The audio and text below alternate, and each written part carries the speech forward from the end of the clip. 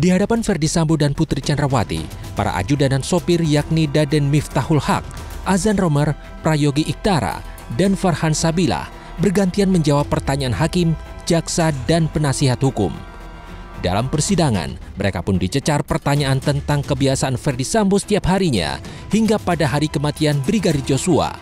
Kepada saksi Azan Romer, hakim kembali menanyakan tentang sarung tangan yang dikenakan Sambo sebelum Brigadir Joshua dieksekusi. Informasi yang disampaikan Romer diduga dapat menjadi salah satu bukti bahwa pembunuhan Brigadir Joshua telah direncanakan. Terus setelah itu, Bapak turun, setelah turun, saya melihat senjata yang jatuh, yang mulia. Senjatanya jatuh? Siap, yang mulia. Senjata apa itu? Seingat saya HS, yang mulia. Seingat saudara HS. Terus saya sebagai ajudan mau ngambil senjata yang jatuh, yang mulia. Tapi sebelum saya ambil, udah keambil duluan. Saat itu terdakwa menggunakan sarung tangan apa? Saya ngelihatnya pas ngambil senjata aja, yang mulia. Tapi iya, menggunakan hitam. Sarung tangan apa? Sarung tangan hitam. Sarung tangan hitam. Apakah biasa sarung tangan itu digunakan oleh terdakwa? Tidak, yang mulia. Tidak. Pada waktu di dalam mobil, saudara tahu nggak kapan dia mengenakan sarung tangan itu? Tidak tahu, yang mulia.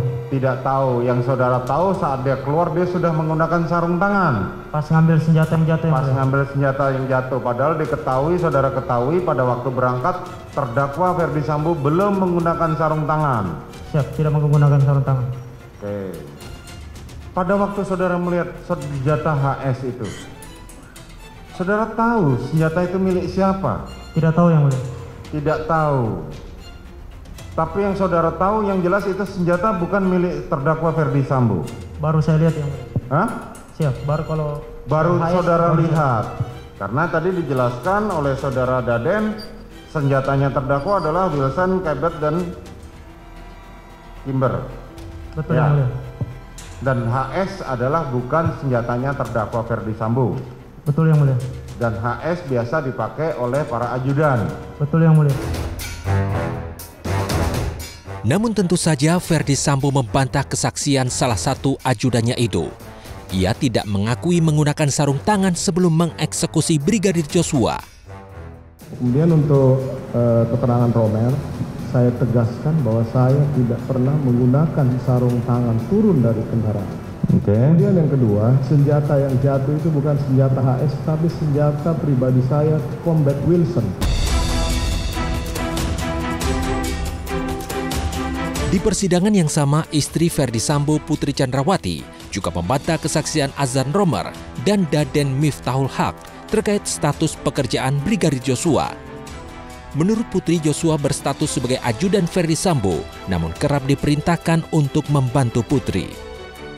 Untuk yang kedua, untuk saudara Romer dan saudara Daden, bahwa Joshua bukan ajudan saya, tetapi ajudan Bapak Ferdy Sambo yang diperbantukan untuk atau sebagai driver saya untuk membawa mobil pada saat saya kegiatan di luar atau kegiatan bayangkari, dan saya juga dibantu dalam kegiatan rumah tangga karena untuk operasional di rumah maupun dinas. Bantahan Putri itu juga seolah dipersiapkan untuk menjawab kecurigaan hakim yang mempertanyakan mengapa ajudan istri seorang jenderal adalah laki-laki bukan perempuan. Usai mendengarkan kesaksian para ajudan dan sopir, Ferdy Sambo pun meminta maaf sambil menahan tangis. Saya ingin menyampaikan permohonan maaf ke mereka. Oke, silakan.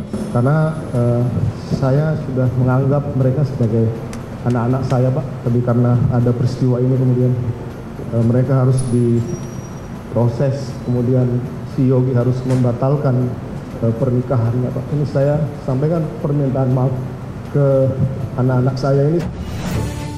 Mengikuti sang suami, Putri Chandrawati juga sempat menyatakan permintaan maaf kepada para ajudan dan sopir. Mungkin saya mohon maaf kepada para ajudan Bapak Ferdy Sambo, dan saya juga mau meminta maaf kepada Dek Daden, Dek Yogi, dan Dek Romer, juga Dek Farhan atas semuanya harus dapat melalui semua ini. Saya selalu berdoa kepada adik-adik sekalian supaya ke depan sukses dan doa terbaik dari saya dan keluarga.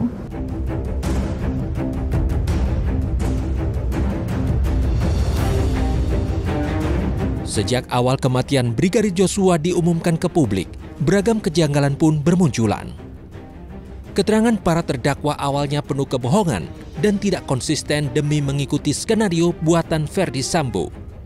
Tidak hanya itu, sejumlah saksi yang sehari-harinya bekerja melayani Ferdy Sambo dan Putri Chandrawati juga kerap mengubah kesaksian.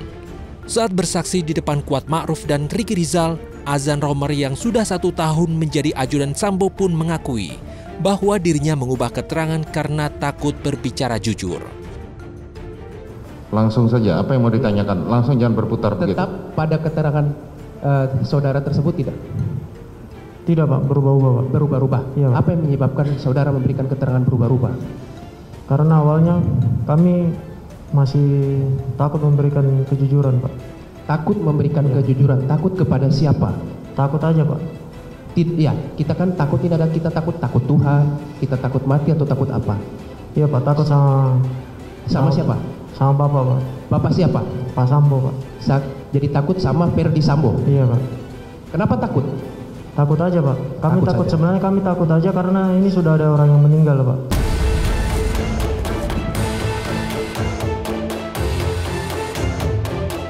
Meski kata maaf telah diucapkan, namun keadilan harus tetap ditegakkan. Apalagi nyawa seorang manusia sudah dikorbankan karena suatu hal yang belum tentu kebenarannya. Sementara mereka yang tidak terlibat harus ikut menanggung dosa sang mantan jenderal. Jadi jangan bilang Anda tidak tahu akan permasalahan ini karena kami sudah memberitahukannya.